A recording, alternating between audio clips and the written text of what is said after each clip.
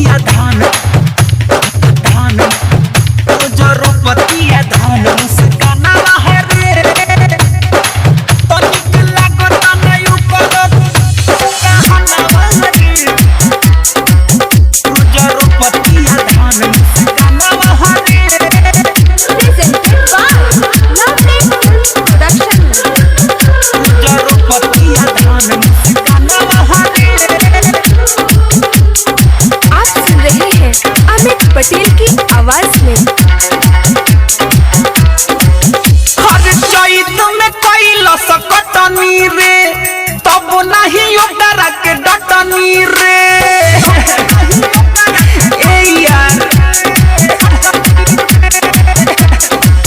हरे लागता कि जेठ बैसाख में इज्जत मिलाई मोर राख में इहे सोच के मोर बेचैन बाटे मानवा रे अरे ये व्यास काहे मुंह लटका के बैठे हैं।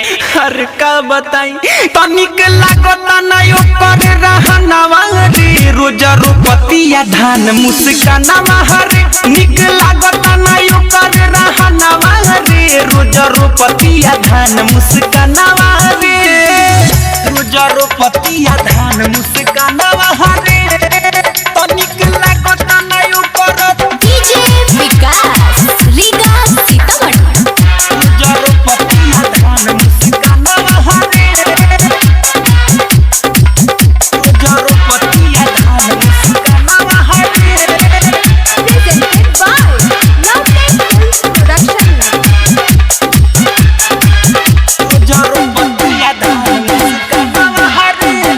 बानी हम पगलाइल रे तनी ना शरमाइल रे अरे तो इसमें चिंता की क्या बात है, बड़े बड़े देशों में छोटी छोटी बातें होती रहती है।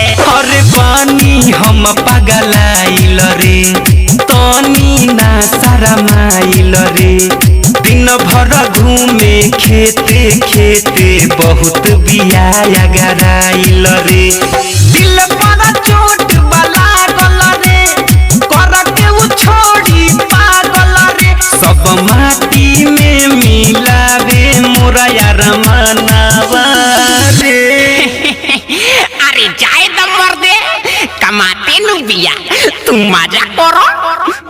चलते नहीं तनिक लागता नहीं ओकर रहनवा रे रोज रोपतिया धान मुस्कानवा रे निक लागता नहीं ओकर रहनवा रे रोज रोपतिया धान मुस्कानवा रे। जब सुने के होई भोजपुरी गाना